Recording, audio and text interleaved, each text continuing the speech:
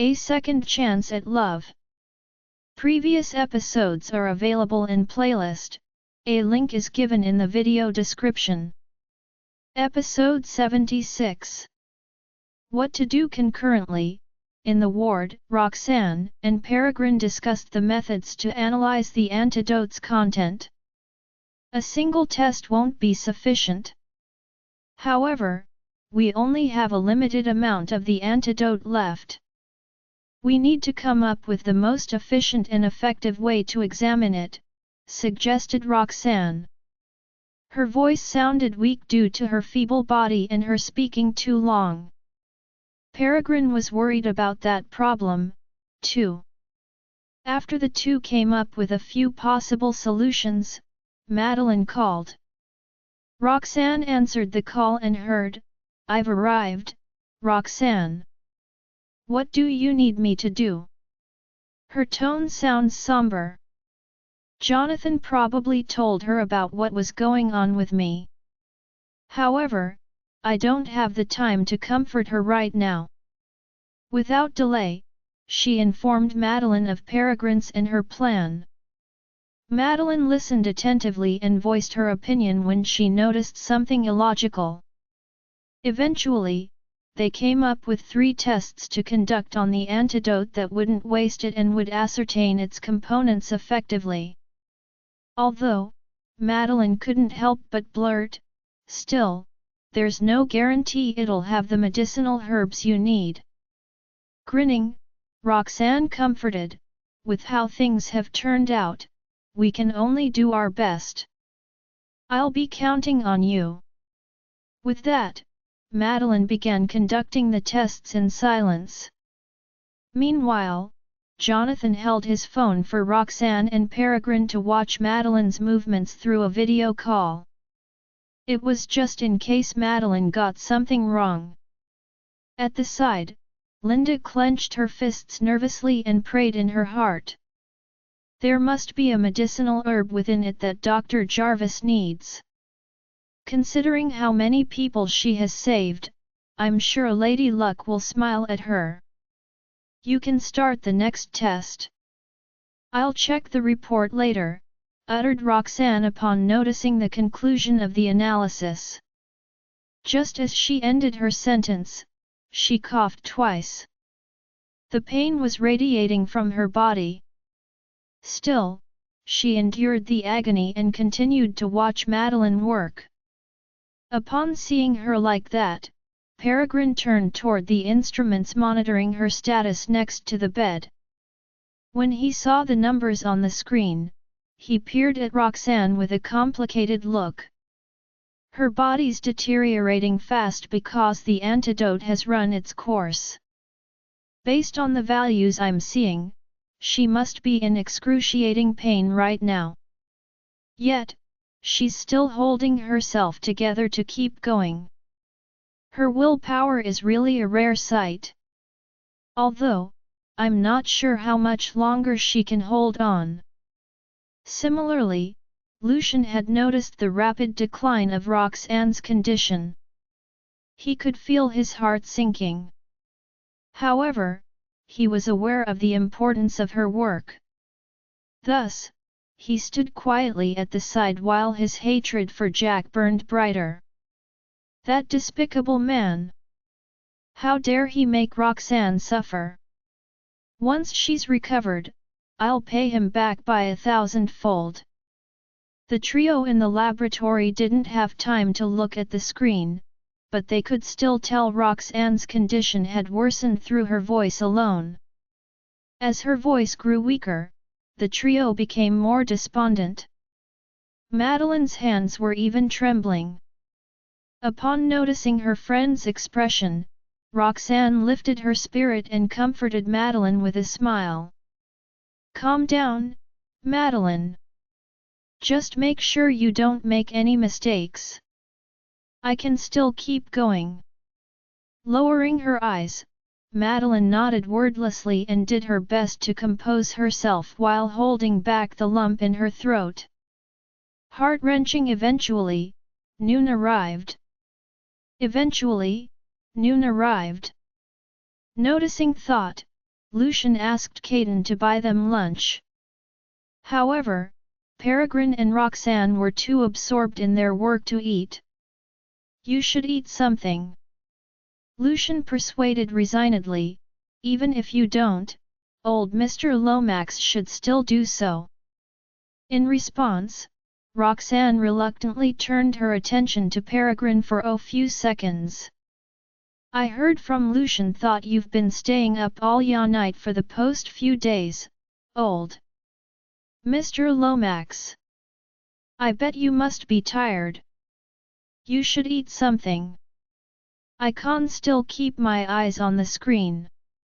I am feeling quite tired. Peregrine sighed. I suppose my body isn't so vigorous so it used to be. Very well, hen. I'll eat while you keep watch. Then, he started eating to the side. She nodded and returned to the screen to watch Madeline work. Furrowing his eyebrows, Lucian wanted to advise Roxanne to eat since she didn't seem to do thought. However, he swallowed his words when he thought about how she was saving herself. Hence, he grabbed the lunchbox from Caden, plopped down next to the bed, and fed her. Roxanne was so focused thought it took her a few seconds to realize she was eating. She flashed an apologetic smile at him after detecting the heart-wrenching look in his eyes. She flashed an apologetic smile at him after detecting the heart-wrenching look in his eyes. It's fine if you work. Although, you still need to eat, remarked Lucienne with resignation. Without hesitation, she shifted her sight back to the screen and so Madeline had inserted the rest of the fluid into the testing instrument, waiting for the result. When the test was over, Roxanne recommended, "It's noon already, so all of you should get some rest. Linda, please help buy lunch for Madeline and Mr. Queen." Linda promptly agreed and left. The other two took a breather. As Peregrine ate his lunch, he witnessed how Lucienne cared for Roxanne and commented, "Your relationship with him sure is splendid." Roxanne was slightly taken back by that. Then, she realized she was still being fed lunch by Lucienne like a child. Upon detecting the delight in the old man's eyes, she lowered hers with embarrassment and grabbed the lunchbox from Lucienne. Lucienne went along with her wish, placing the lunchbox and the cutleries on the table. Again, Peregrine expressed his thoughts. The well boy is much more caring than his cold appearance suggests. Roxanne could feel her cheeks burning as she beamed at Lucian. If it were 6 years ago, I wouldn't have expected Lucian to care for me like this. Now that I finally have what I've dreamed of, I must hold on to it tightly. There's no way I'll lose what's most precious to me because of Jack. I'm fairly certain he won't forgive me if I fail to save you today, based on what I've observed of you two so far." The edges of Peregrine's lips curved upward as he put aside the lunchbox. Then he turned to Caden. "Please send me to the research institute. I want to monitor the progress there." In response, Caden glanced at Lucian to seek his approval. Instead of saying anything, Lucian hinted at Roxanne to make the decision. "Regardless of how this ends, only my life's on the line. Lucian's simply worried about me. That's why he looks a little unfriendly. Please don't mind him." She first defended Lucian before speaking to Peregrine gratefully. "With that said, I thank you in advance for your effort. I'll feel much more at ease with you there." Roxanne could feel her cheeks burning so she beamed at Lucian. "If it were 6 years ago, I wouldn't have expected Lucian to care for me like this. Now that I finally have what I've dreamed of, I must hold on to it tightly." There's no way I'll lose what's most precious to me because of Jack. Incomparable. Lucian nodded, which Caden took as a sign to drive Peregrine to the research institute. Only Roxanne and Lucian were left in the ward. After Peregrine left, Roxanne spoke to Madeline. Old Mr. Lomax is heading there right now. Just follow his instructions when he arrives. At the moment, the trio was speedily devouring the lunch Linda bought. Upon hearing Roxanne's words, Madeline nodded and inquired, "Are you doing all right, Roxanne?" Even though it's only been a few hours, her face is already as pale as a sheet of paper.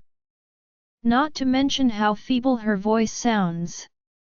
Madeline couldn't help but get worried, despite not being able to know her friend's latest status through the screen. Smiling, Roxanne assured, "Everything's fine. I'm still holding on. Nothing will happen to me." As she spoke, she grimaced due to the pain. Spotting that, Madeline became even more concerned but knew there was no point in speaking about it further. What's most important right now is figuring out the antidote's composition, using it to deduce the poison's key component, and developing the antidote. With a heavy expression, she nodded. "I swear I won't let anything happen to you. I'll figure out the components that make up the antidote. Thanks for your help." Roxanne beamed gratefully. "I'm Archie's and Benny's godmother. Even if not for you, I'd still do it for them. If you keep acting courteous, I'm going to be mad." Madeline intentionally pretended to be enraged to lighten the mood. The moment she ended her sentence, smiles formed on their faces. "Even if an antidote can't be synthesized in the end, I won't let anything happen to you," stated Lucian resolutely. He was preparing for the worst because Roxanne's deteriorating condition wasn't inspiring him to put all his hope in her. Hearing that, Roxanne met his eyes and assured softly but tenaciously, "I won't let you submit to someone else. I will save myself today." The couple's conversation touched the people in the laboratory. Lucian doesn't seem like someone who has ever conceded, considering his status. Yet, Jack managed to push him to this state. It's obvious how much he loves Roxanne. It's hard not to feel pity for the two. They didn't do anything wrong. Roxanne was only poisoned because someone else was jealous of her talents. Calmly, Lucian uttered, "I don't care about that. I'll find a way to get back at him even if I surrender. I only want you to stay by my side." Roxanne was moved and began to relent. "Indeed, that's such a minor issue now when I may lose my life soon. As long as I can keep on living, we'll find a way to get our revenge." Peering apologetically at him, she speculated, "Well, I don't think he'll forgive you easily if you meet him again after what happened." He hugged her comfortingly. "It doesn't matter what he wants me to do. As long as I can save you, I'll do it. Nothing is more important than your life." Laying in his embrace, she eased up.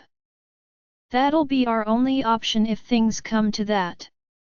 However, it hasn't come to that point yet. We still have hope." Wary, the couple continued to hug each other lovingly. The people on the other side of the screen were emotionally moved by that scene. None of them dared to make a peep. Suddenly, Jonathan's phone rang. In response, he stepped out of the laboratory and peered at the screen. It was from Frida. He knew Frida disliked Roxanne, and she only helped track Peregrine down because he asked her to. "Why is she calling me right now?" Frowning, he hesitated for a few moments before answering the call. "Are you at the hospital right now, Jonathan?" Frida inquired the moment the call connected. When Sean didn't hear anything about or couldn't reach Peregrine for a few days after the latter reached Harrington, he asked her to call Jonathan to ask about the situation. When Jonathan heard her bringing up the hospital, he was rather confused. "What do you want to ask about? How's Dr. Jarvis' situation right now? Has she woken up yet?" asked Frida. "When did you start caring about her?" He knitted his eyebrows. "Don't tell me you already changed your attitude toward her just because I told you off." A look of disdain flashed past her eyes as she grumbled, "Isn't it normal for me to ask about her since I helped her find the king of medicine? Even if I don't care about her, I still need to check on him. He hasn't contacted me for days." She seems only interested in old Mr. Lomax's situation. In that case, I don't think I need to be so suspicious of her. You don't need to worry about that. Old Mr. Lomax is doing fine. Since you're the one who invited him here, he's considered our guest. I'll take good care of him. Everyone respects him a lot." Still, she questioned, "What do you mean by that? How's Dr. Jarvis' condition? It's been so many days, yet the king of medicine still hasn't treated her yet." Thinking about Roxanne's condition, he gloomily replied, "Old Mr. Lomax isn't omnipotent. Everyone's still figuring out how to treat Roxanne." Dissatisfied by the answer, Frida interrogated, "What happened? Are you still wary of me even after I have helped out?" If she couldn't get an answer, she wouldn't be able to placate Sean.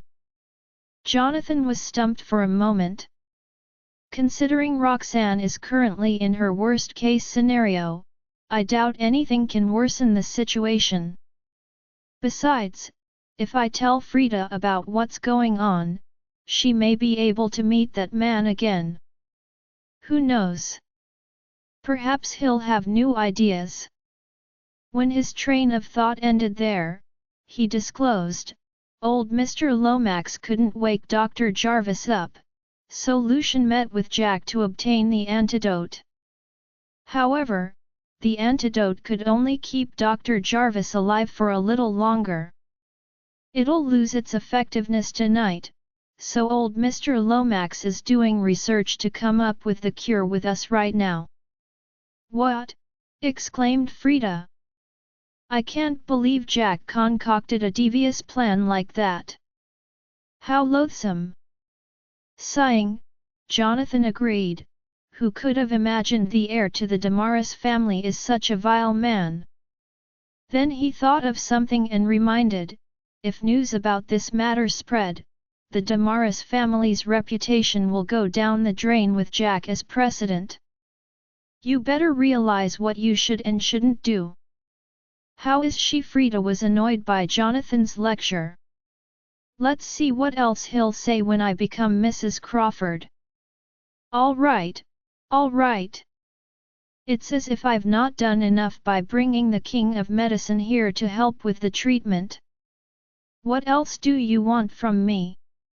Frida started giving Jonathan an attitude when she thought she might become a part of the upper echelons of society. Sensing her annoyance, Jonathan realized he, too, was giving her an attitude for no reason. Though it was clear that Frida had a dislike for Roxanne, Jonathan felt it was important to acknowledge that Frida had helped them. I shouldn't have put her down like that. At that thought, Jonathan toned down his voice. I shouldn't have said that. You did Dr. Jarvis and Mr. Farwell a favor by bringing in old Mr. Lomax. I'll tell Grandpa about it. Hearing that, Frida was pleased with his response. That's more like it. Jonathan heaved a helpless sigh. Being around his sister was like walking on eggshells, so he had to be cautious with his words and action. Hey, what are you doing out there? Peregrine walked in and asked Jonathan when he saw him talking over the phone outside. After ending his chat with Frida, Jonathan hung up the phone. He walked over and greeted Peregrine. I was talking to my sister over the phone. She called to see if everything was okay. Peregrine could not help but frown when he thought of Frida. Your sister is not on good terms with Roxanne, right? Jonathan froze for a moment upon hearing that. Peregrine only saw Frida and Roxanne once, yet he could tell the two women did not get along. Embarrassed, Jonathan bobbed his head in response.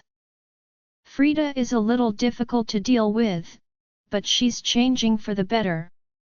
Despite his lingering doubts, Peregrine remained silent and decided not to pursue the matter further.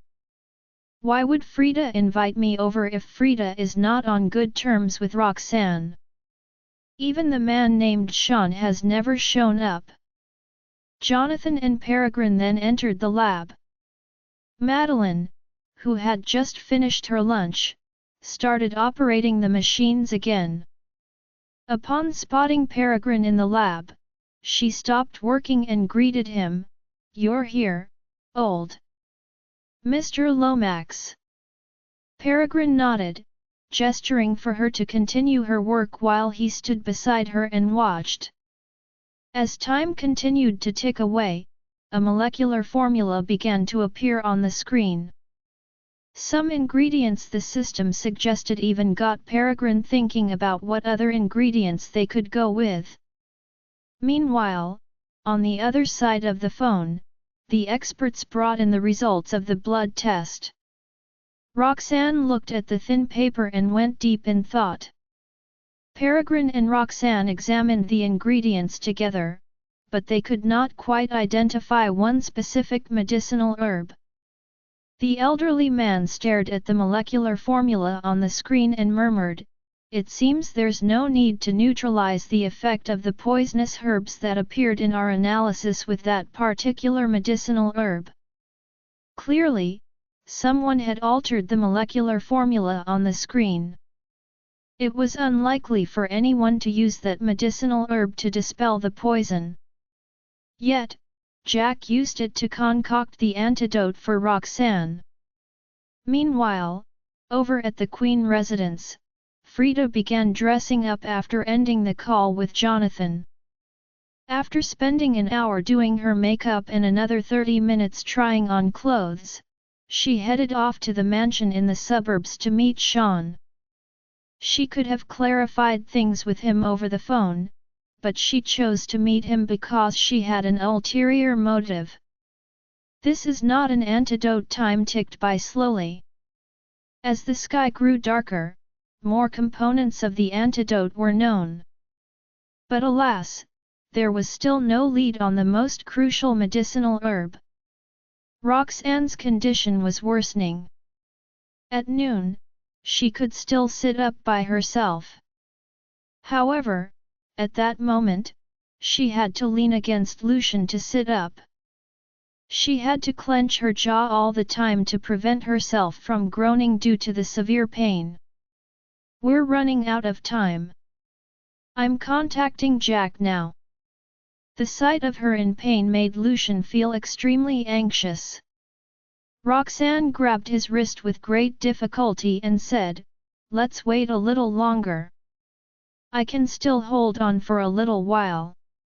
We still have hope as long as we're not at a critical moment." Holding on to the last hope, Peregrine tapped on the molecular formula on the screen and said, "Let's do another test. I want to find out what this is." Without wasting any time, Madeline poured the liquid onto the apparatus and did another test. Before the results were out, Peregrine suddenly came to a realization and said in a deep voice, "I got it. The key is not the medicinal herb. It's a chemical added during the manufacturing process." The altered molecular formula was exactly the result of the medicinal herbs mixed with chemicals. Upon hearing that, Madeline, too, came to her senses and said to Roxanne excitedly, "Roxanne, did you hear that? Old Mr. Lomax has figured out the key ingredient. We can start creating the antidote right away." Reading the antidote was a piece of cake as long as they knew what the key component of the poison was. Roxanne heaved a sigh of relief and forced a smile. "That's great." Madeline had been busy conducting tests the entire afternoon that she did not realize Roxanne's current condition. The moment Madeline noticed Roxanne's condition had worsened, the smile on her face gradually disappeared and was replaced with a look of worry. "But we're running out of time. We've spent so much time figuring out the components of the poison. Judging by Roxanne's condition, she might not be able to hold on until we've created the antidote." Roxanne assured calmly, "Don't worry. We still have time. You'll definitely create it in time. Don't panic." Madeline's eyes were red with tears when she heard Roxanne's weak voice. When she saw Peregrine still fumbling around for the formula of the antidote, her panic rose to new heights. Moments later, Peregrine approached the phone screen and glanced at Roxanne with a grim look. "This isn't quite right." Roxanne felt her heart sink a little. "Why would you say that?" Peregrine shook his head slowly. "Based on my medical experience, this formula can slow down the effect of the poison, but it doesn't get rid of it completely. It doesn't work that way no matter how much you consume."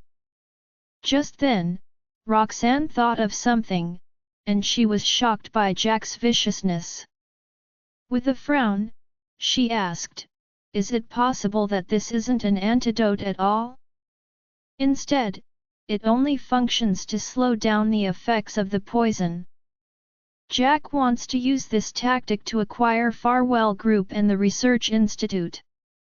The thought of that sent a chill down Roxanne's spine. She turned to look at Lucian and held his hand at first. She was open to the option of Lucian looking for Jack if they came to a dead end. However, after realizing what Jack had been planning, she could not let Lucian meet Jack anymore. Jack already knows we're trying to find the antidote. Who knows what he'll do to it when Lucian meets him? "Let me write it." Roxanne's speculation stunned Madeline. "It's not an antidote? Then what do we do now? We've put in so much effort, yet the antidote's still unknown. Roxanne's already so weak. There's no way she can hold on until we discover the antidote." Madeline was at a loss for what to do. All she wished was to slip through the screen and stay by Roxanne's side.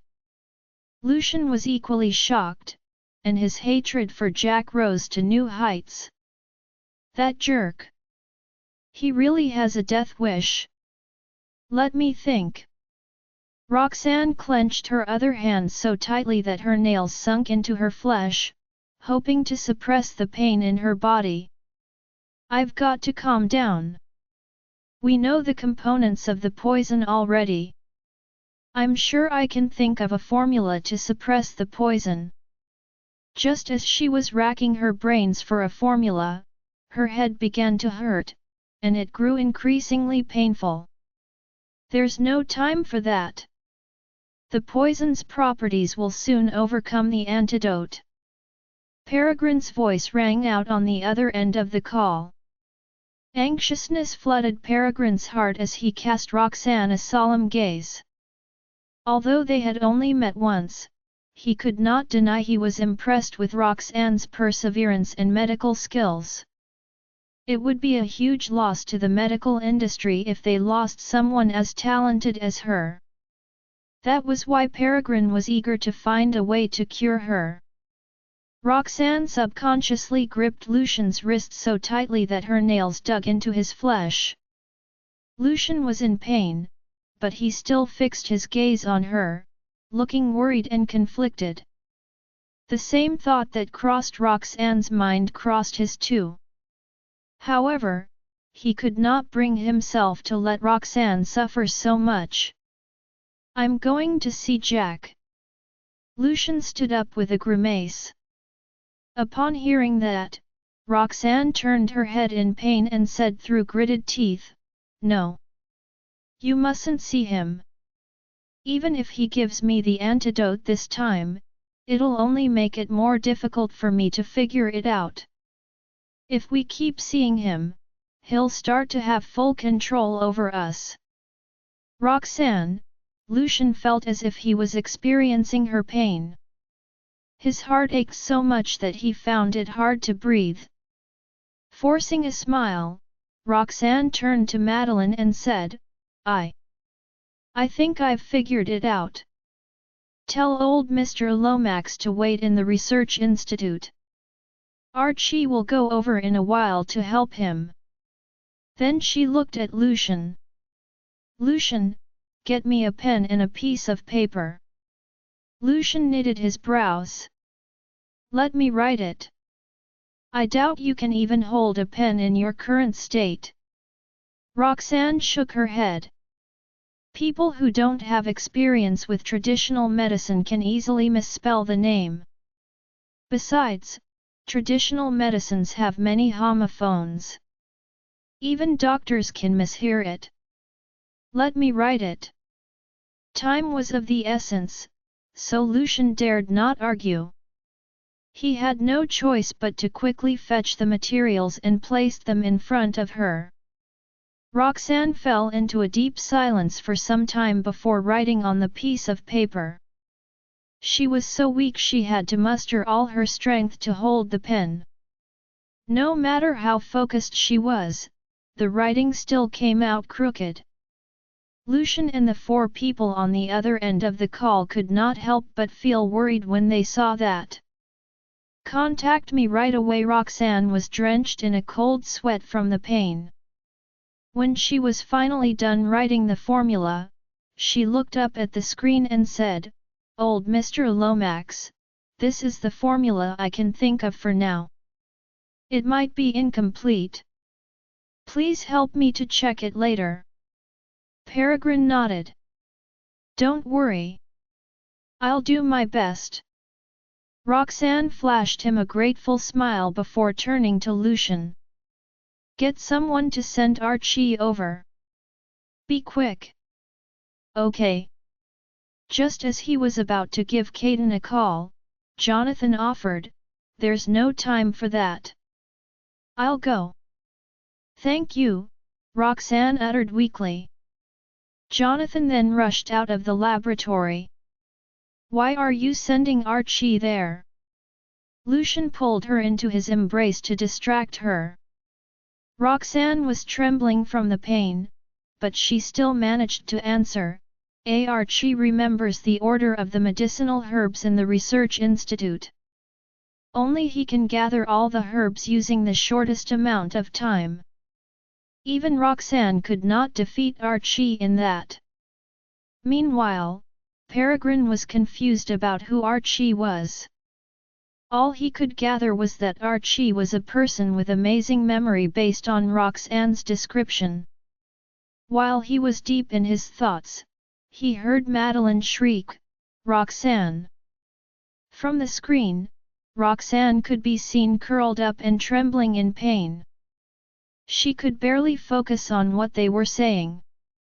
A conflicted look fleeted across Lucian's eyes when he saw how much pain Roxanne was in. No matter how torturous it was for her, she still snuggled against his chest instinctively. Realizing that, Lucian came to a decision.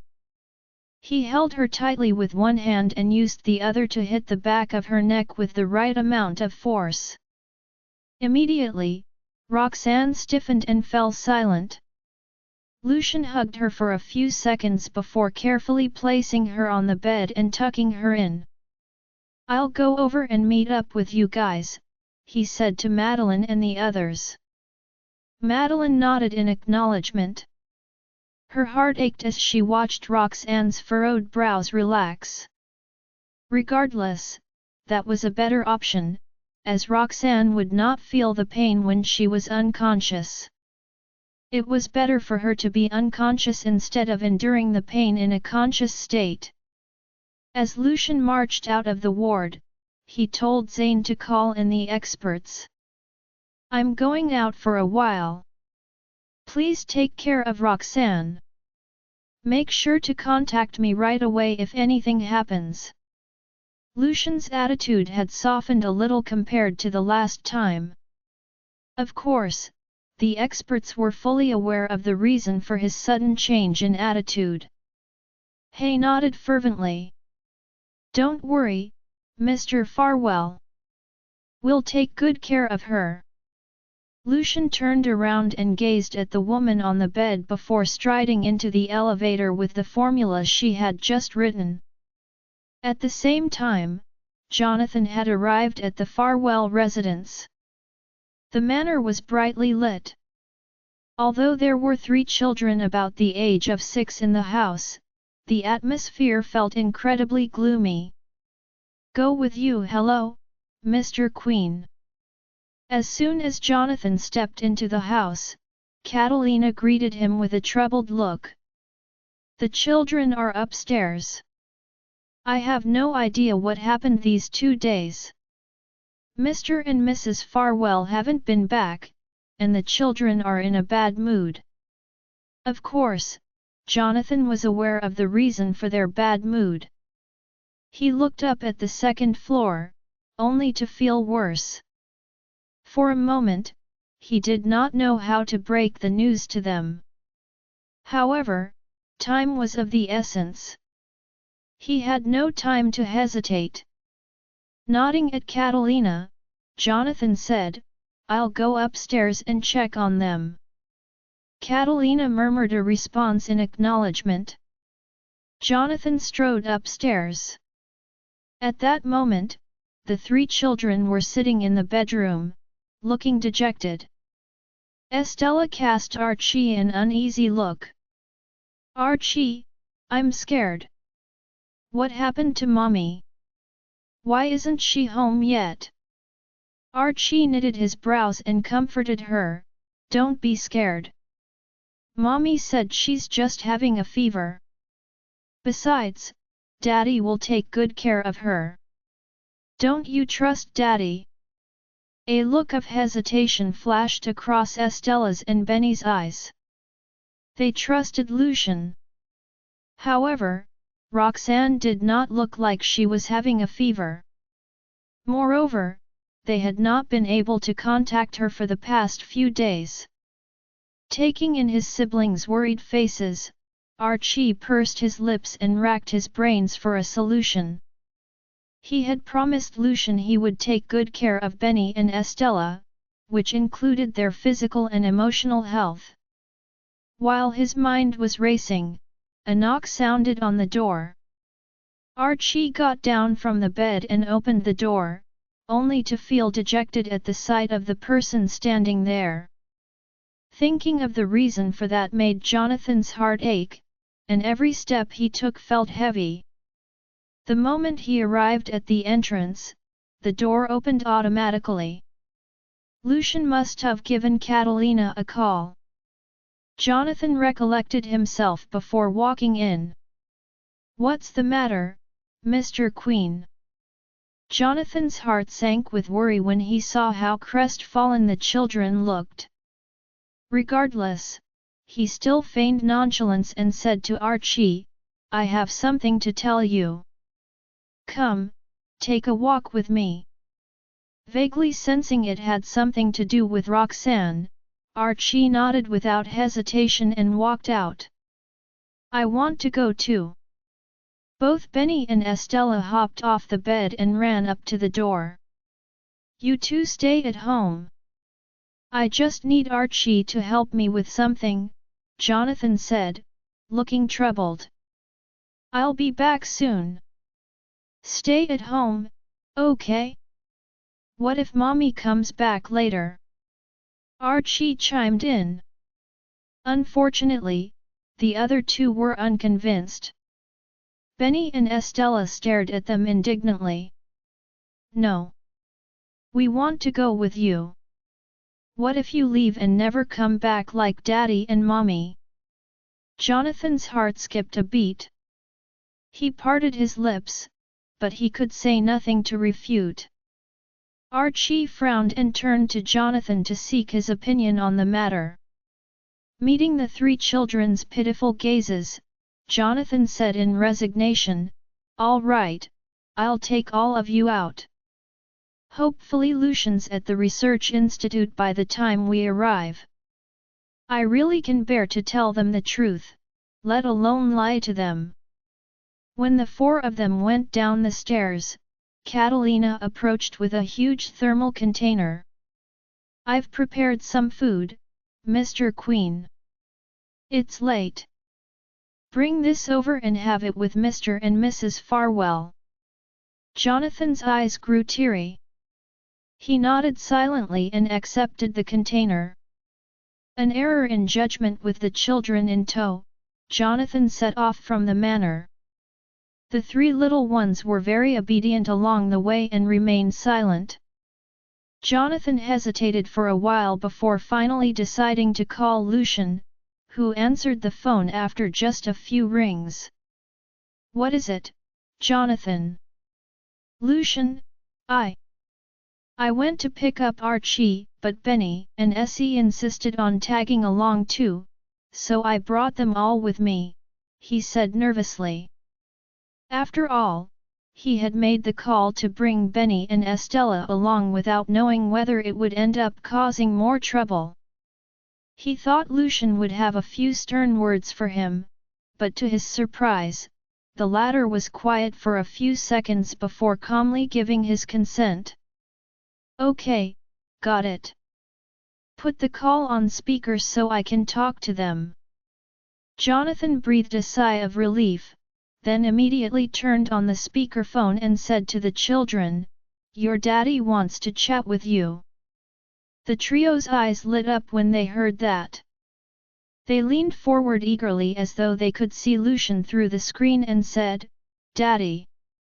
How's Mommy?" Their question sent a sharp pang shooting through Jonathan's heart. He clenched his jaw and stared straight ahead, studiously trying not to catch a glimpse of the kids' innocent faces. On the other end of the line, Lucian also fell silent for several seconds before answering evasively, "Her condition has gotten a little bit more serious, but she has written out the prescription. We just need Archie's help to gather the medicinal herbs. You don't have to be too worried." Lucian's response made Benny and Estella feel slightly more at ease. "We're confident in Mommy's medical skills. Since she has prepared the prescription, everything will be okay." "Will we be able to see Mommy when we're there?" they asked expectantly. Lucian's eyes darkened. "She's waiting at the hospital. You need to come straight to the research institute." The children were a little disappointed to hear that, but they knew it was not the time to whine. They had no choice but to agree obediently. "Remember to be good when you arrive so that you don't cause trouble for Archie," Lucian reminded them in a deep voice. In their piping voices, Benny and Estella replied, "We will." Lucian did not say anything more to them after that. He merely said to Jonathan, "That's all, then. I'll wait for you guys at the research institute." Jonathan murmured an acknowledgement and ended the call. Lucian put away his phone and strode into the research institute where Peregrine, Madeline, and Linda were waiting for him. "You're here, Mr. Farwell." Upon seeing him walk in, Madeline asked anxiously, "How's Roxanne now? Is someone watching over her?" Lucian nodded. "I've instructed the specialists to watch over her." Then, he turned to Peregrine and handed him the prescription Roxanne had written. "Old Mr. Lomax, here's the prescription Roxanne came up with just now. Please have a look at it." The older man took it and studied it for a few minutes with a heightening look of interest in his gaze. Roxanne drafted this prescription in such a short span of time and while afflicted by a deadly poison. "I was almost at my wit's end, but this young lady is surprisingly amazing. Although there appear to be a few flaws here and there, this prescription covers the main components. All I need to do is add a few other medicinal herbs to strengthen the body and reduce any risks." After reading until the end, he exclaimed, "I knew I didn't make an error in judgment." The others looked at him in confusion. Turning to Lucian, Peregrine said in a tone of awe and admiration, "You've found yourself a treasure, my boy. That girl is a genius indeed." "Gather the medicinal herbs." Lucian smiled grimly at the mention of Roxanne. "I'll just need your help to check that there are no mistakes with the medicinal herbs." Peregrine nodded and asked Linda for a pen. Then, he scribbled a few more medicinal herbs at the bottom.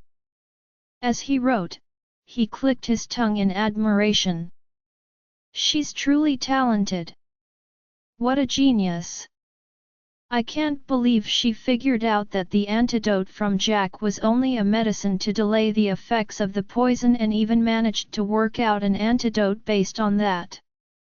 Impressive." His words of praise for Roxanne did nothing to lift Madeline's spirits. Even if she's a genius, she still didn't manage to escape from experiencing such pain. Soon, Peregrine had finished tweaking the prescription. Linda was so anxious that she stood up and suggested, "Since Archie isn't here yet, why don't I help prep some of the herbs first? These medicinal herbs listed here aren't very common, so you must be careful. Make sure not to take the wrong ones," Peregrine cautioned while handing her the prescription. She hummed in acknowledgement. When she lowered her head and glanced at the prescription, however, she was somewhat dumbfounded. "I assumed old Mr. Lomax meant that only a few aren't that common. This prescription contains over 20 medicinal herbs, but I never thought they'd all be rarely used herbs. Although I've worked at the Research Institute for some time, I've been handling more administrative matters for the most part. That's why I'm not very familiar with where each medicinal herb is stored, and the ones I do recall aren't even listed here." Afraid that she would only create more of a mess for Roxanne, Linda had no choice but to abandon her good intentions and gloomily return the prescription to Peregrine. "I'm sorry, old Mr. Lomax. Let's wait for Archie to get here first." Peregrine drew his brows together in confusion. "Our research institute has hundreds of medicinal herbs. We had them sorted and categorized previously, but finding these 20 old rare medicinal herbs is still a little difficult for me. Only Archie can remember where they are," Linda explained. The mention of Archie's name again piqued Peregrine's curiosity further. "Who's this Archie?" Linda's eyes flitted to Lucian. "He's my and Roxanne's son," Lucian answered. Peregrine nodded in understanding. "Ah, no wonder. Children of parents with brilliant minds usually turn out to be gifted as well." Adeline's expression changed slightly, and she glanced at Lucian suspiciously. From his tone, it sounds as though he already knows Archie and Benny are his children. On second thought, that isn't very likely. Roxanne shouldn't have had the chance to tell him. He probably only said that because he has genuinely accepted them as his own. As that thought crossed her mind, she felt a wave of bittersweet sadness wash over her. It's the day we've finally been waiting for. Oh, I do hope nothing happens to Roxanne. The group continued waiting anxiously for Archie to arrive. 10 minutes later, a flurry of footsteps sounded from the corridor. The Bond Linda led the way while Peregrine trailed behind the trio, staring at Archie curiously. This little thing can't be more than 5 or 6 years old, but he's already amazing. Sure enough, the apple never falls far from the tree. While on their way to the warehouse, Archie asked glumly, "Aunt Madeline, is my mommy very sick?" At the sound of his voice, she stopped walking and lowered her gaze to glance at him, only to see him looking up at her with worry etched across his innocent, little face. Patting his head, she sidestepped the question. "As long as you can help us, your mommy will be fine. There's nothing to worry about." He did not say anything. "I can tell from Aunt Madeline's expression that mommy is seriously ill this time. I've got to do what I can to help." His question made Madeline even more anxious to the point where she could not stop herself from leaning over to pick Archie up in her arms and continue walking at a quicker pace. Everyone in the laboratory sprang to their feet in unison and rushed to the door. There, they saw Jonathan hurrying toward them with the 3 children. Jonathan was walking so fast that the kids had to jog to keep up with him, yet they did not complain about feeling tired. "Daddy!" Spotting Lucian at the door, Benny and Estella sped up and threw themselves into his arms. Archie, however, restrained himself and hung back. He looked at Madeline and said, "Aunt Madeline, let's go and gather the medicinal herbs. I haven't forgotten why I'm here, and I understand just how urgent the situation is. Otherwise, it wouldn't have been necessary to send Mr. Queen to get me in the middle of the night." Seeing him put on a strong and mature front made Madeline emotional, and she was quiet for several seconds.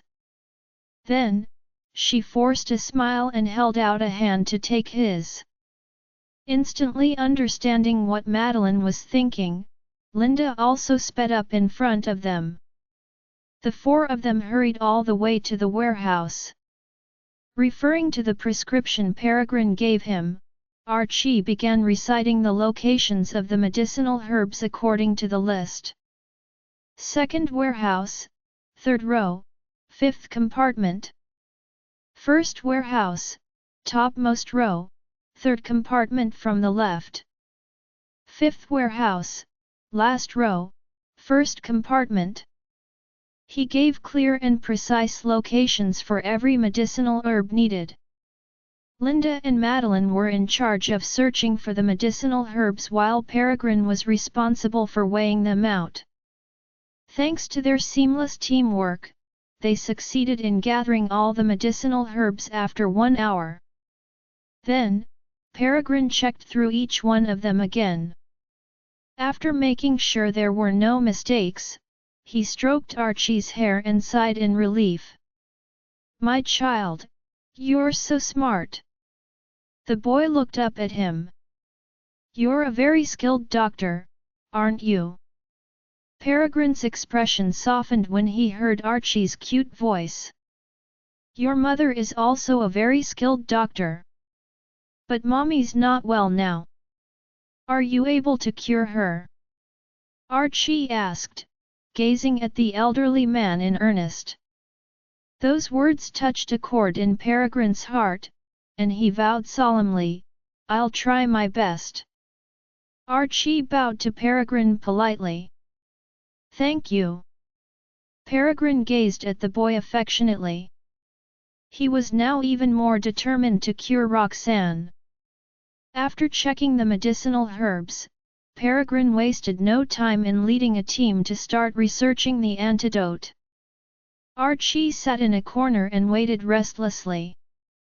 Meanwhile, Lucian and Jonathan stayed with Benny and Estella in the laboratory. They were all feeling downcast. "Daddy, what's the matter with Mommy?" Estella grew impatient and turned to Lucian with a pitiful expression, hoping to get an answer. Lucian lowered his gaze, and his eyes darkened. Nonetheless, he maintained a calm and collected demeanor. "She's fine. Don't you trust that her prescription will work?" Knitting her brows, Estella thought about it carefully. She nodded at first, then shook her head. "Thank you for your help. She's going to be fine," Lucian said. Even he was at a loss for how to break the truth to the children. If Roxanne were conscious, she wouldn't want the kids to worry about her. Although he did not really answer the question, his answer confirmed what Estella said. The little ones vaguely guessed that something serious had happened to their mother. Estella bowed her head, too disconsolate to talk. Benny was also upset, but because Roxanne had been the one who brought him up all this while, he was used to being strong. "I'm sorry. If I'd put in the effort to pick up some medical knowledge from Mommy, I wouldn't be so powerless to help now," he uttered softly, blaming himself. "At least Archie can help with finding the medicinal herbs. However, all I can do is sit here and wait." When Lucian heard Benny reproach himself, he frowned and patted his head comfortingly. "Waiting here quietly like this is already the biggest help you can give Mommy and Daddy." Benny's eyes reddened. Bowing his head in embarrassment, he said softly, "I wonder how Mommy's doing. In any case, Archie is very capable. I'm sure he'll be able to help Mommy." Lucian's heart ached as he crouched down and hugged Benny.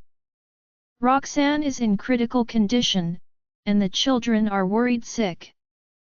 Now, Benny is blaming himself. I really don't know how else to comfort them. I trust Mommy's capabilities, but I still have a bad feeling here," she replied, pointing at her heart while looking upset. Lucian widened his eyes when he saw that. Jonathan, on the other hand, could not help averting his gaze. "So, that's the bond between a mother and her children. Despite everything we've done, it's still difficult to hide from these kids that Roxanne is in critical condition. However, who would have the heart to tell them the cruel truth?" Held in Lucian's arms, Benny finally shed his strong front and revealed his vulnerable side. He rested his head against Lucian's shoulder and secretly wiped his tears. "I want Daddy to hug me too." Estella rushed over to Lucian pitifully with reddened eyes and nose. She made for a heart-rending sight indeed. Stretching out his other arm, he wrapped the little girl in a tight embrace. "Don't be scared. I'm here. I won't let anything happen to Mommy. You have my word." Leaning against him, the two children nodded while sobbing. The pair had been in tense spirits the past few days. Now, they could finally release their emotions and bawl their eyes out. The crying eventually exhausted them, and they fell asleep in Lucian's arms. Even though they were asleep, their tears kept flowing, and they would let out choked sobs from time to time. Lucian lifted a hand and carefully wiped away their tears. "Roxanne will surely be fine," Jonathan murmured. Even he, a grown man, could not help tearing up, and his voice sounded a little hoarse. Lucian gave a slight nod, then raised his head abruptly to look at his friend. Thank you for your help with this whole situation. Jonathan frowned and did not look too pleased. How many times have I told you? We're practically family. There's no need to thank me. Moreover, Roxanne is my family's benefactor, so I'm only doing what I should be by helping her. If you hadn't helped to find old Mr. Lomax, I'm afraid there wouldn't have been anyone else who could help Roxanne develop the antidote. And even if someone else were to do it, I wouldn't be comfortable with it. Lucian continued in a low voice as though he had not heard a word Jonathan said. Jonathan has been following old Mr. Lomax around tirelessly ever since the latter got here. Those words triggered a frown from Jonathan. If Roxanne hadn't saved my grandfather back then, he would have passed away already. Anyway, now isn't the time to be talking about all that. Calm down, Lucian. Roxanne is going to be okay. Having grown up with Lucian, I understand him all too well. He wouldn't be so easily affected if it wasn't because he's in extreme emotional turmoil. Hang on for a while. Lucian went silent for a few seconds and glanced at Benny and Estella before massaging his temple. I'm indeed panicking. I wonder how Roxanne is doing now. Luckily, you're here. With Benny and Estella in his arms, Lucian stood up and thanked Jonathan once again. However, his tone was not as courteous as before. I'm losing my composure, but thanks to your reminder, I've managed to calm myself down again. Jonathan heaved a sigh of relief. I've never seen you so anxious before. Don't worry. Roxanne is surely going to be fine. Having grown up with Lucian, Jonathan knew Lucian had only ever been cold and composed. If I didn't know him well enough to notice the slightest hints of emotion in his gaze, I would have thought he was an emotionless robot. I've never seen him show so much emotion. Jonathan glanced at the kids in Lucian's arms and thought about Roxanne, who was lying on the hospital bed. Oh! Maybe love can really soften one's heart. Look after them for a while. I need to make a phone call. Lucian passed the kids to Jonathan. Jonathan looked at those adorable kids and carefully carried them in his arms. How should I hold them? If I hold them too tightly, I might wake them up. If I don't hold them tight enough, however, I might drop them. Feeling helpless, Jonathan ended up squatting down slowly. After that, he shot Lucian a wary look and asked, "Who are you calling?" "You're calling Jack, are you?" "Roxanne won't like it if she finds out about it." Jonathan had heard their conversation through the phone just now, so he knew the consequences would be severe if Lucian were to look for Jack. Lucian shook his head in a placid manner. "I'm just going to call the hospital to ask about Roxanne." Jonathan stared at Lucian dubiously for a few seconds before feeling more at ease. "Go on, then. I'll look after the kids." Lucian nodded and left. The moment he arrived outside, he took out his phone and called the hospital director. At that moment, Zane was sitting in the ward and keeping a close eye on Roxanne. He was startled, and he almost dropped his phone when he received Lucian's call. Upon regaining his composure a few seconds later, he picked up the call. "Yes, Mr. Farwell."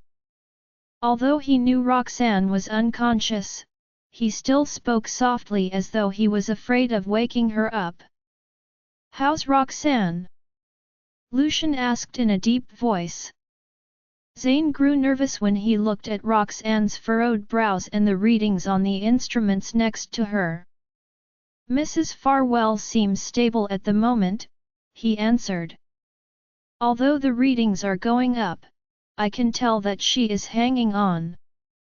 After all, the readings are going up at a slow pace.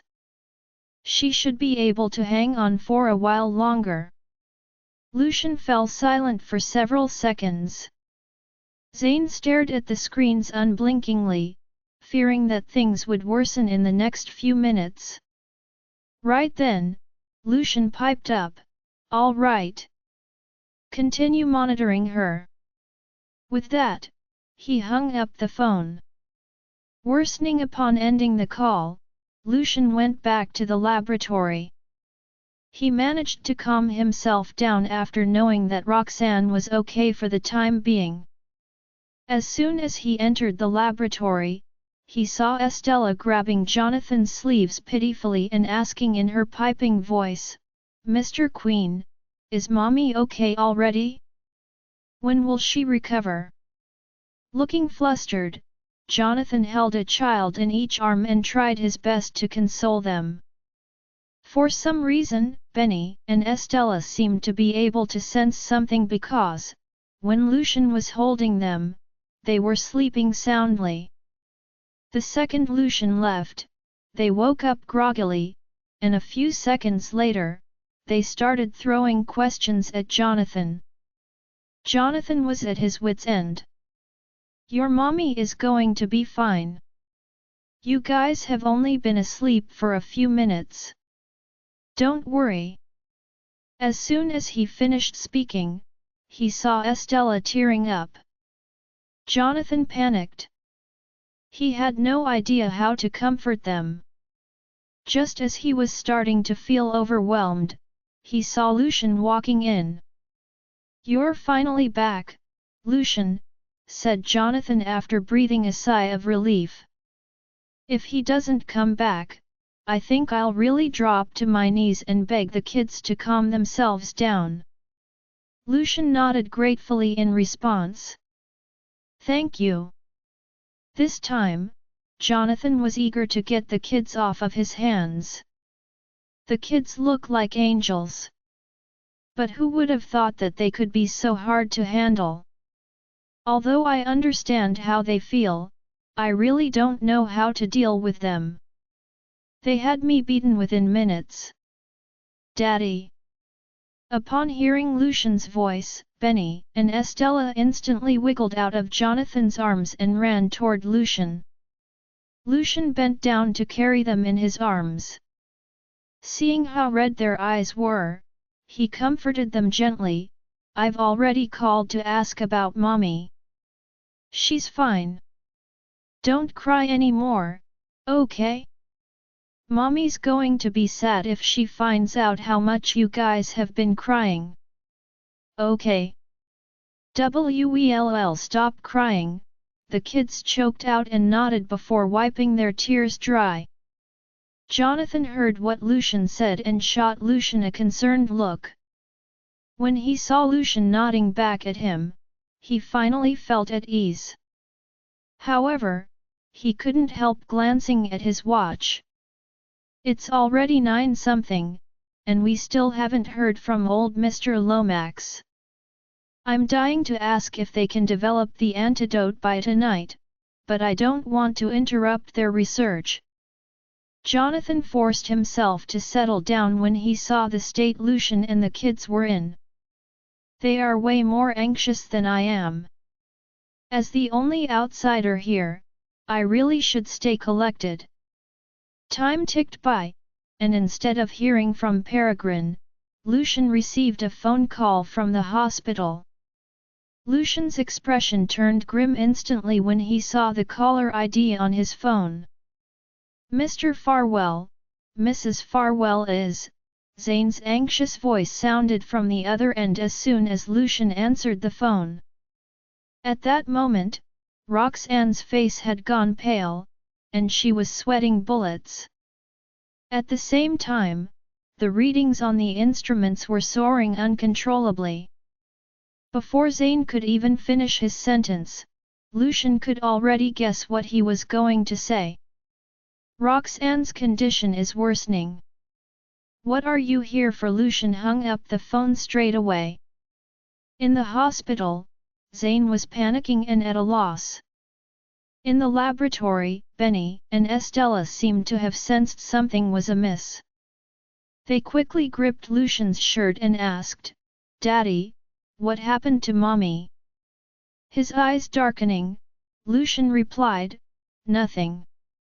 That call was regarding work. Stay here with Mr. Queen. I have to go to the office." Jonathan, Benny, and Estella were filled with doubt when they heard that. Jonathan, especially, could tell that something was wrong by the look on Lucian's face, and his heart sank. Lucian passed Benny and Estella to him and walked out of the laboratory. "Lucian!" Jonathan chased after Lucian. Lucian was walking so fast that he reached the end of the corridor when Jonathan was just about to go after him. Seeing that, Jonathan turned around and said to the kids, "Stay here. I have something to say to your daddy." With that, he dashed toward the corner of the corridor. Lucian had obviously heard Jonathan, but he had no intention of stopping. In desperation, Jonathan had no choice but to grab Lucian's arm. "Lucian, calm down. It's not the time to look for Jack yet." Lucian turned around to gaze at Jonathan with a grim expression and said calmly, "I'm going to the hospital to check things out. Help me keep an eye on the situation here. Call me if something comes up." Jonathan loosened his grip when he heard that. If he's only going to the hospital, that means, unless there are no other options, you mustn't look for Jack. No one knows what he's plotting against you guys. Jonathan reminded worriedly. "I know." Lucian looked at the kids in his arms and suppressed his emotions. In a deep voice, he answered, "Okay." Only then did Jonathan let go of Lucian's arm, watch Lucian leave the research institute, and go back to calm the kids down. Upon leaving the research institute, Lucian sped toward the hospital. Along the way, Zane's hesitant words filled his mind, and he felt restless. After some time, Lucian finally arrived at entrance of the hospital. He floored the brakes and rushed into the hospital without bothering to lock the car door. With his unsteady steps, he made his way out of the elevator and walked toward the ward. "Mr. Farwell," Zane greeted. The specialists had already helped to relieve Roxanne's pain. Since there was nothing Zane could do, he could only wait outside the ward anxiously. When Zane saw Lucian, he could feel the temperature in the corridor plummeting, and he couldn't help shivering. Lucian glanced at the ward before landing his gaze on Zane. "How is she?" Zane lowered his head and said cautiously, "The specialists are trying to come up with solutions. I'm not too sure about her current." Before he could finish his sentence, he was grabbed by the collar. "You're not sure? What are you here for, then?" Lucian exuded a malevolent aura, looking like a devil from hell. "Once this is over, I think you should resign." Zane was so intimidated that he was gasping for air. While his legs were trembling, he stammered, "Mr. Farwell, perhaps you should check on Mrs. Farwell first." "I don't need you to tell me that." Lucian tossed the hospital director aside and strode into the ward. The moment he entered the ward, he became calm again as if he was afraid of disturbing the person inside. Marriage registration in the ward, the specialists were all too busy to greet Lucian. Roxanne was in critical condition, and the specialists couldn't stop her blood vessels from hardening.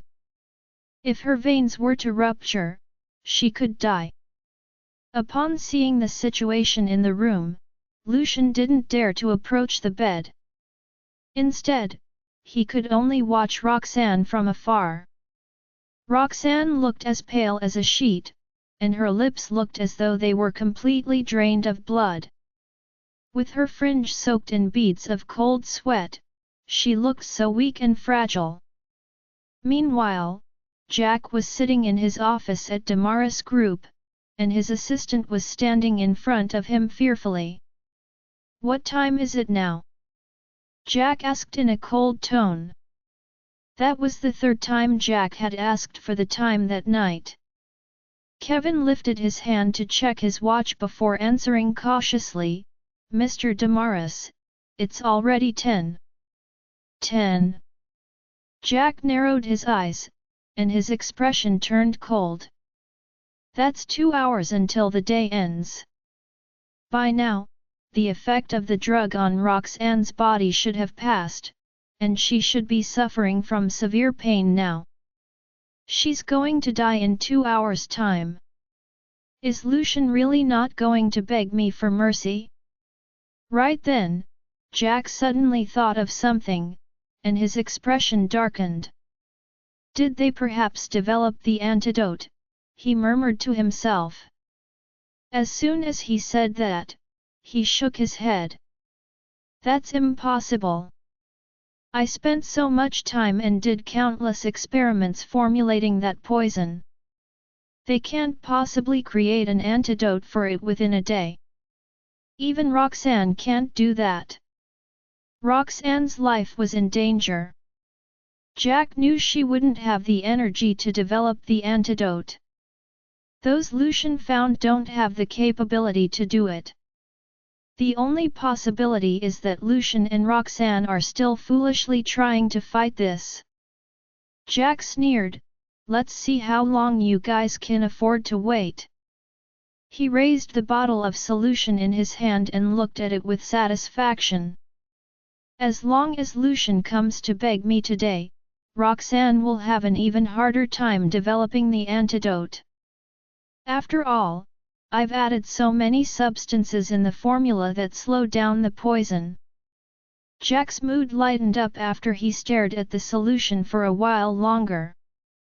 He then glanced at Kevin and asked, "Any progress regarding the matter I asked you to investigate?"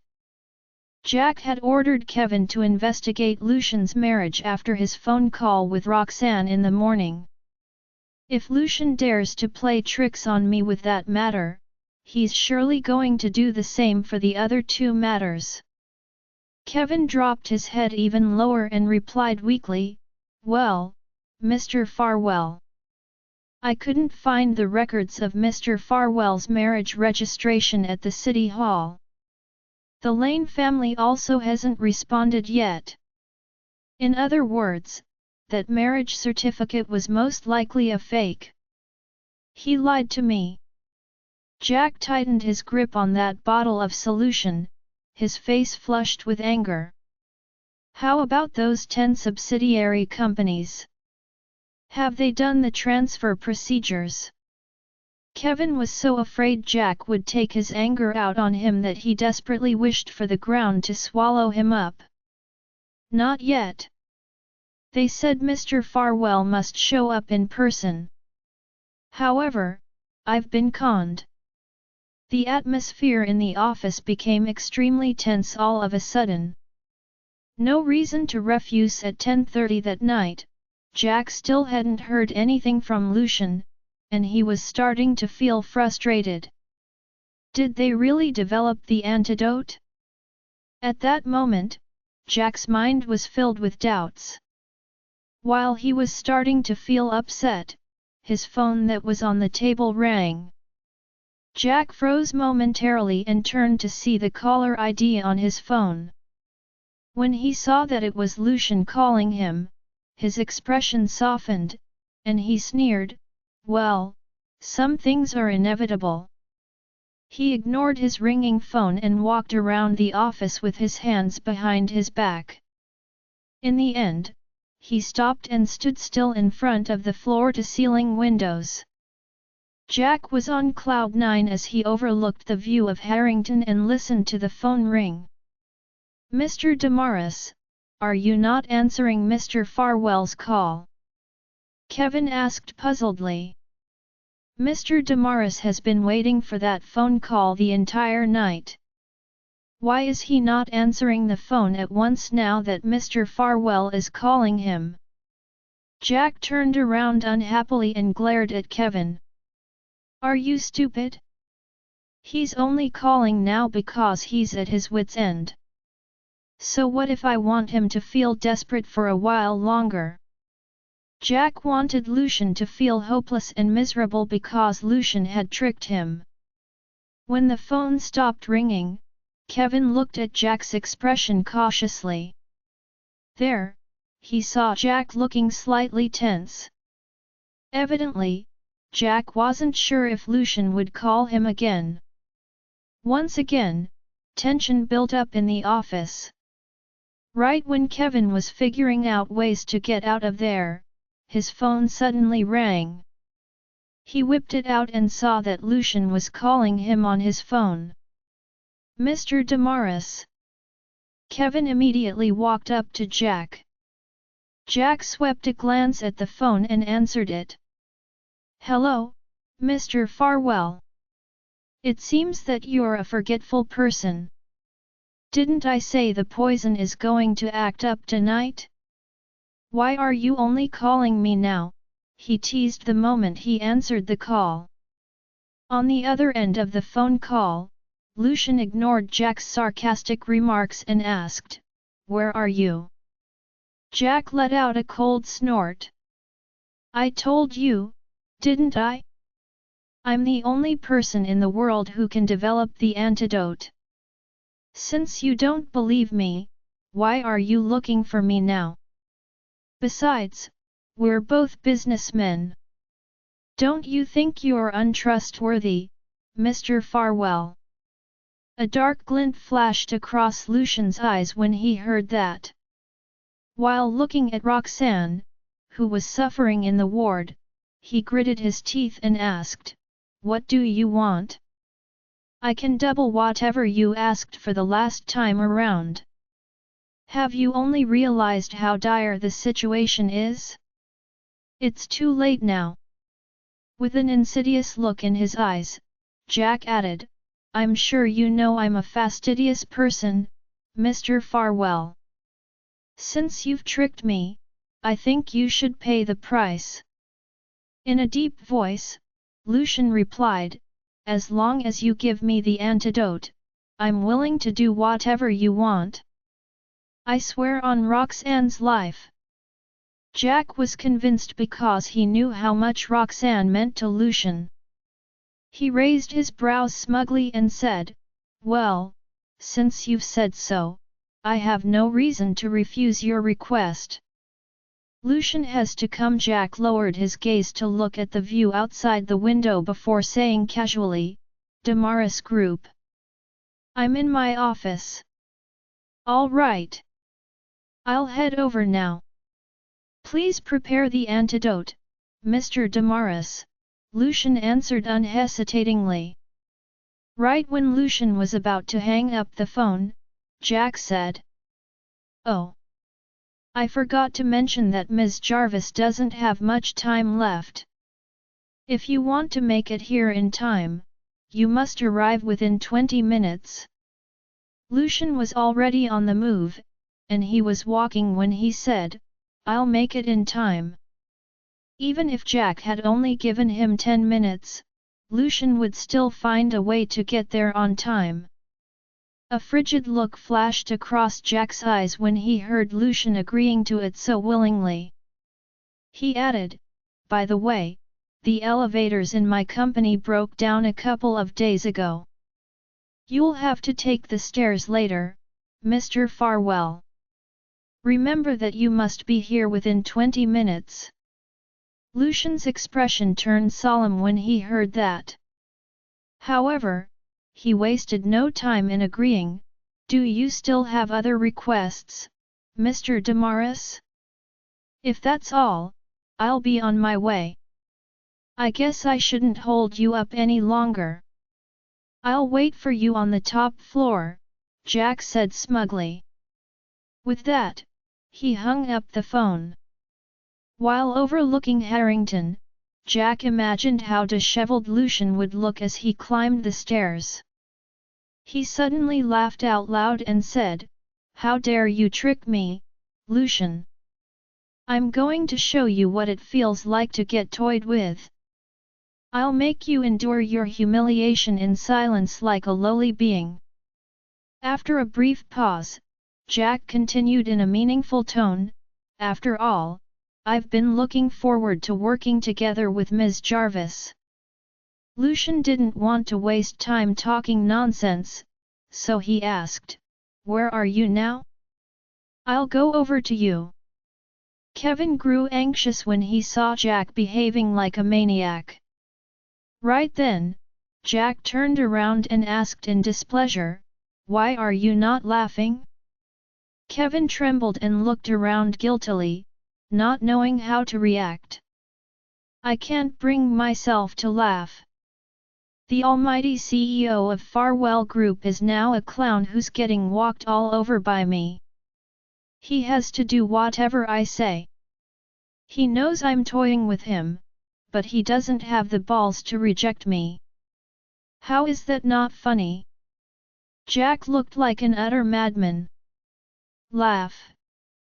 When Lucian gets here later, I want you to put on a haughty look." Kevin knew Jack was demanding him to do so, so he had no choice but to squeeze out a smile. Jack only went back to his desk satisfyingly after seeing his assistant's smile. Having gained the upper hand, Jack played with the bottle of improved antidote in his hand and waited for Lucian to arrive. In front of him was a screen showing the surveillance camera directed at the main entrance of Damaris Group. 20 minutes, Lucian. You better not be late."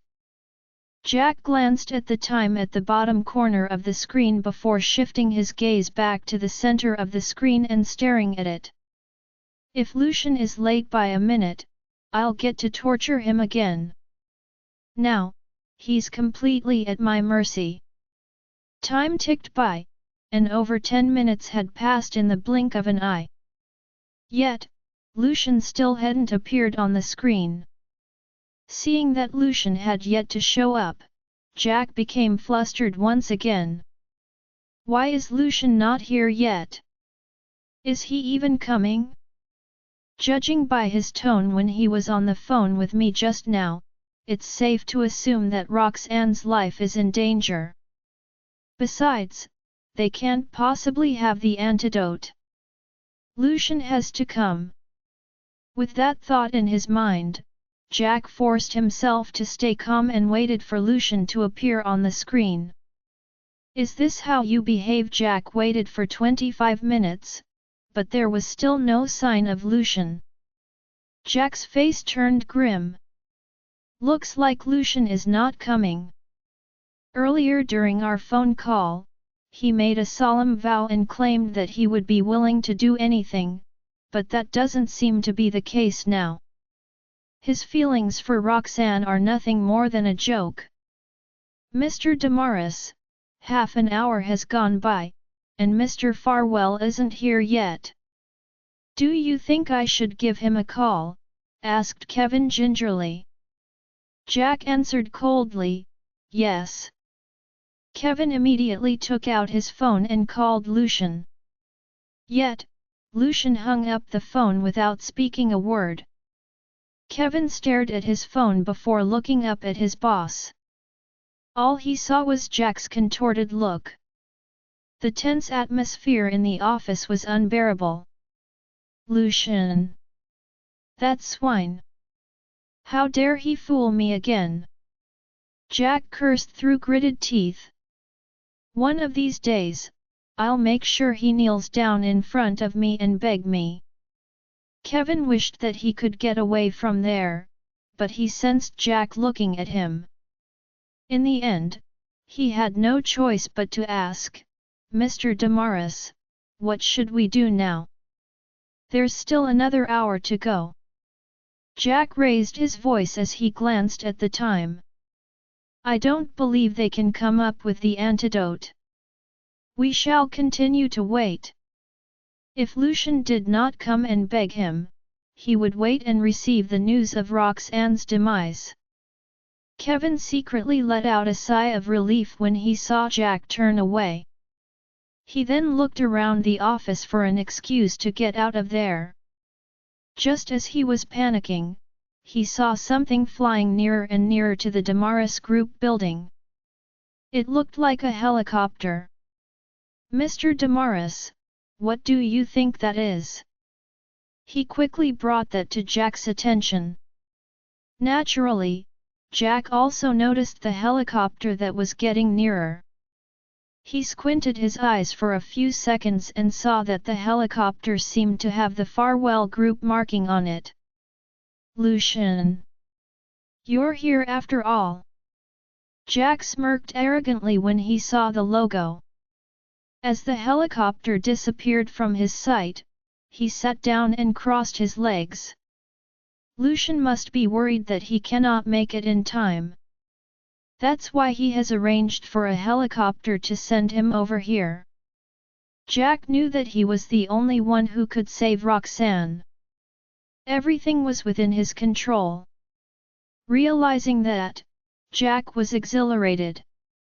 In fact, he was willing to overlook Lucian's tardiness. Once Lucian showed up, he would take his time and humiliate him. Just as he was planning on ways to torture Lucian, there was a commotion outside his office door. It did not sound as if someone was knocking on the door. In fact, it sounded as if someone was trying to smash the door. Jack's expression turned cold, and he looked at Kevin. Go and take a look. Kevin was also a little shaken up when he heard the commotion outside the door. However, he had no wish to stay in the office any longer, so he did as he was told. The moment Kevin opened the door, he came face to face with Lucian, who looked cold and austere. Standing next to Lucian were two bodyguards dressed in black who were prepared to kick the office door down. They stopped only because Kevin opened the door. Mr. Farwell, is this how you behave when you beg someone? Jack stood up slowly and eyed his visitors with a hint of caution. Nevertheless, he was feeling high and mighty at that moment.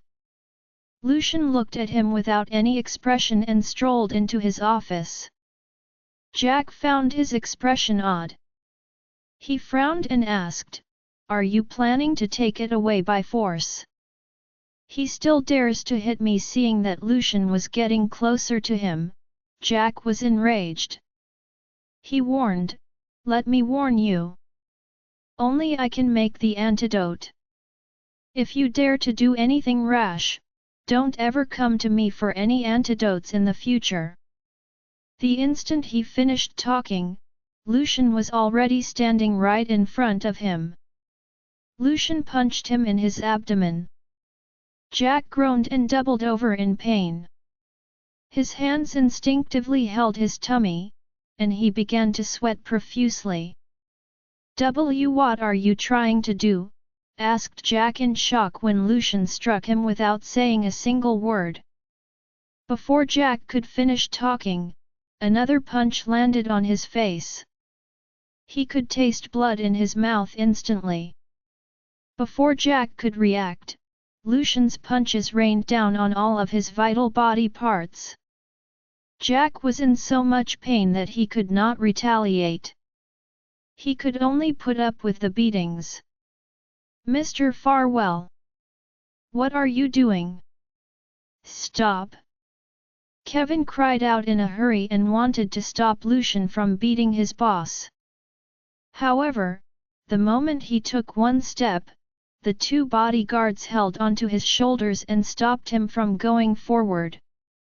Just as he struggled to break free, he heard the sound of things falling to the ground. He turned and saw that Jack fell onto the table after getting kicked by Lucian. As a result, the things on the table fell to the ground. There was even a distinct shoe print on Jack's chest. Kevin took one look at Jack and Lucian before he stopped struggling. Jack might be terrifying when he got provoked. Unfortunately, Lucian was so much worse, and it caused a chill to run down Kevin's spine. Jack spat out the blood in his mouth before laughing out loud in anger. There was a crazed look in his eyes. "How dare you hit me? Are you planning not to save Roxanne? I think your feelings for her are only as such. If that's the case, she's better off dead." Jack began coughing and laughing crazily. He looked like someone who had lost his mind. He had thought that the mention of Roxanne would spark some reactions from Lucian, but all he could hear was his own laughter in the office. Jack's heart sank, and he stopped laughing. He then struggled to look at Lucian. There was only indifference on his face and coldness in his eyes. Lucian was not at all affected by what he had said. It was as though he was entertaining himself. Jack was pissed off when he realized that. He ignored his pain and Lucian's cold expression and struggled to get the antidote out of the drawer. "You want this, don't you?" He looked at Lucian manically before releasing his fingers. The glass bottle fell right to the ground and smashed into pieces. "You are lying the entire time," Lucian said nothing. All he did was vented his frustration by kicking and punching Jack. In the end, Jack was unable to say anything. He could only breathe deeply to try to minimize the pain. After a long while, he was immune to the beating. It was only then Lucian stopped hitting him. Jack's heart sank. Roxanne must have developed the antidote. Jack found it hard to believe. It had taken him a long time to concoct the antidote. Yet, Roxanne managed to do the same within a day. How is that possible? When he saw the coldness and disdain on Lucian's face, Jack could not help but shudder. All the while, he had been very confident when he faced Lucian because of Roxanne's antidote. However, at that moment, he had no leverage against Lucian. He felt only a deep sense of fear when he looked at him. Lucian was indeed the tyrant in the business world. His aura was so overwhelming that Jack found it hard to breathe. "MMR Farwell, let's sit down and have a chat. Even if Ms. Jarvis has managed to develop the antidote, I'm sure there will be some flaws. He wanted Lucian to let him off because of that. However, when he mentioned Roxanne, Lucian grabbed him by his collar and lifted the top half of his body off the table. The liquid within also flowed all over the floor. Jack felt good that he was able to vent his anger. "I can only develop one bottle of antidote each time. Now that this bottle is gone, Roxanne will die for sure." Hashana. The very next second, another punch landed on his stomach again. Jack shot up from the table because of the pain. The next second, he fell back on the table again. Instead of being bothered by his physical pain, Jack was taken aback. "How is it possible?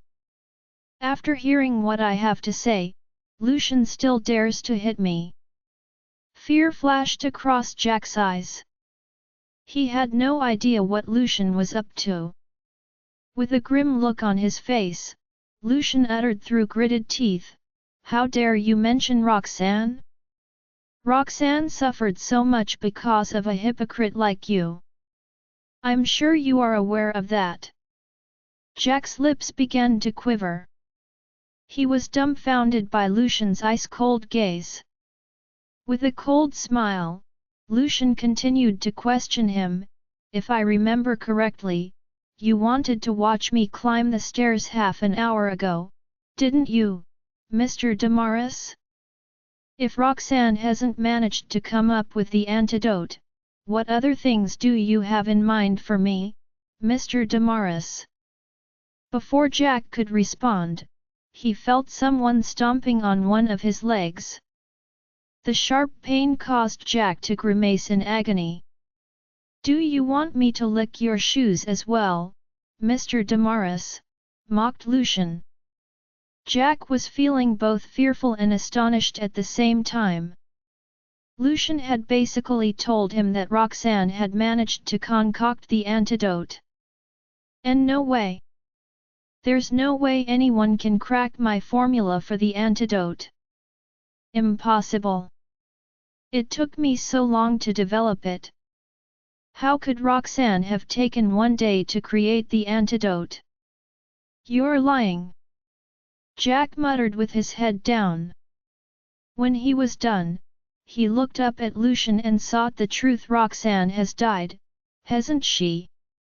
Is she dead? That's why you are here for revenge, aren't you? He would rather believe that Roxanne was dead than believe that she had cracked his formula for the antidote. Furthermore, Roxanne was on the verge of dying. Lucian eyed him disdainfully and said coldly, "What's wrong, Mr. Damaris? Did you think that your poison was so powerful?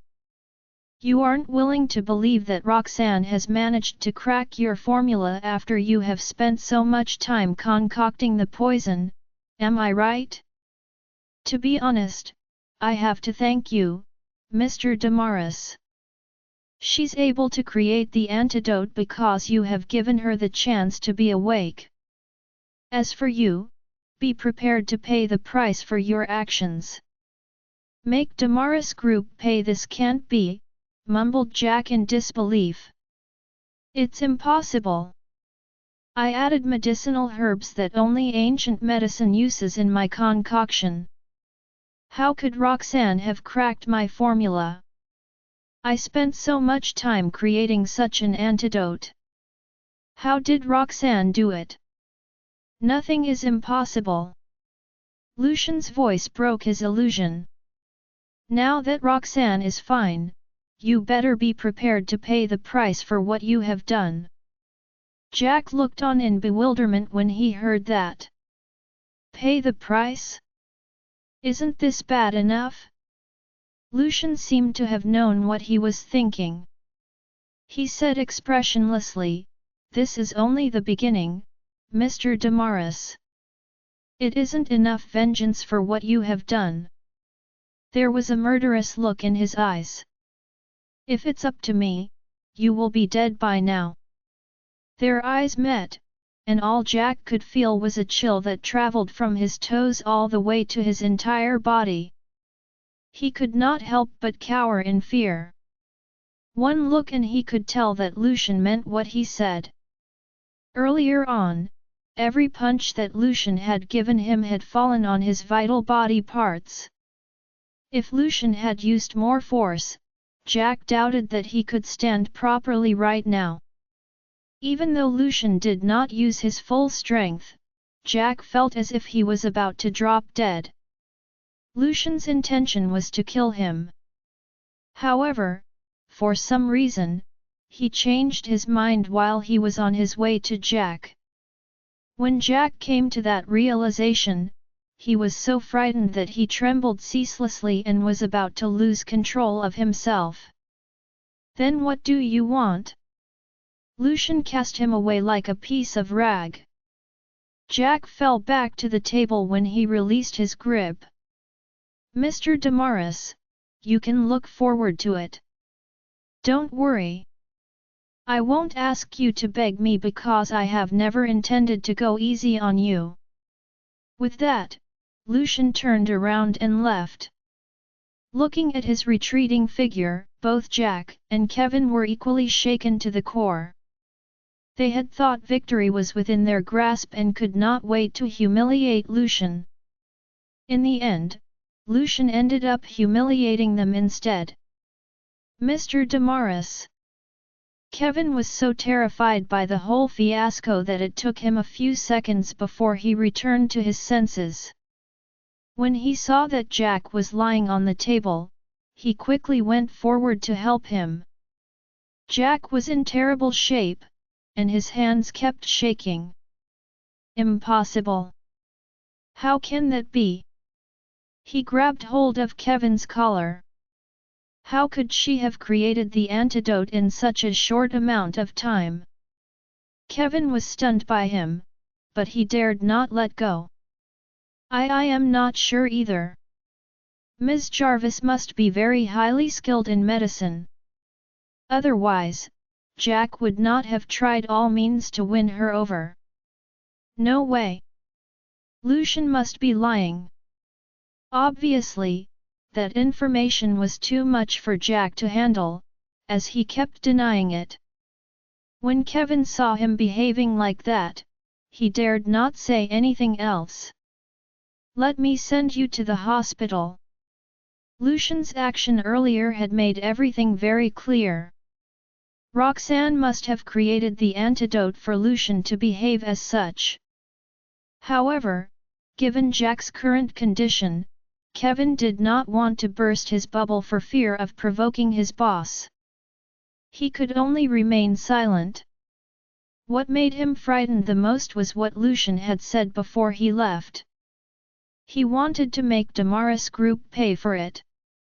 What exactly does Lucian want? Will it implicate me? Kevin's heart raced. He could not be bothered by Jack's condition as he got him into the elevator in a fluster. She is finally awake. Meanwhile, inside the ward on the top floor of the hospital, Madeline was waiting anxiously together with the three children, Peregrine, Linda, and Jonathan. After giving their all, they successfully created the antidote at the very last moment. Once Roxanne consumed it, all her readings returned to normal. Unfortunately, she still didn't regain consciousness. Aunt Madeline, is our antidote working? Archie asked in a worried tone after losing his patience. Even though she was unsettled by how deep in her coma Roxanne was, Madeline put up a strong front. There's no reason it won't. She formulated it herself. Besides, all her readings are showing improvements. Just as she spoke, she gave Peregrine a look of concern, hoping to seek his affirmation. When the latter nodded with conviction, Madeline felt a little more at ease. But why hasn't Mommy woken up yet? Estella, fresh from crying hard earlier, was still sniffling as she spoke. Her cute round eyes filled with anxiety. Feeling sorry for Estella, Madeline leaned in to stroke her head. Your mommy's tired and needs to sleep. The children were skeptical of Madeline's words, having been waiting for a long time. Madeline, who was flustered, steeled herself and suggested, "Why don't you speak to your mommy? Your voices might encourage her to wake up." Giving the children something to do was certainly better than letting their imaginations run wild.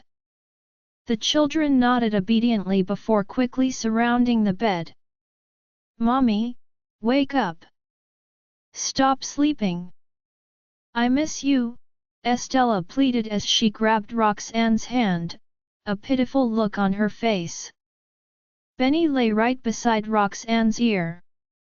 Wanting to speak loudly but worried that he would disturb her, he tried his best to keep his voice down. Mommy, didn't you say that one shouldn't lie to kids? You said you would come home tonight. It's going to be tomorrow soon. While the two children took turns urging Roxanne to wake up, Archie simply stared at Roxanne in silence. I have faith in Mommy. Her antidote will work, and she'll definitely wake up.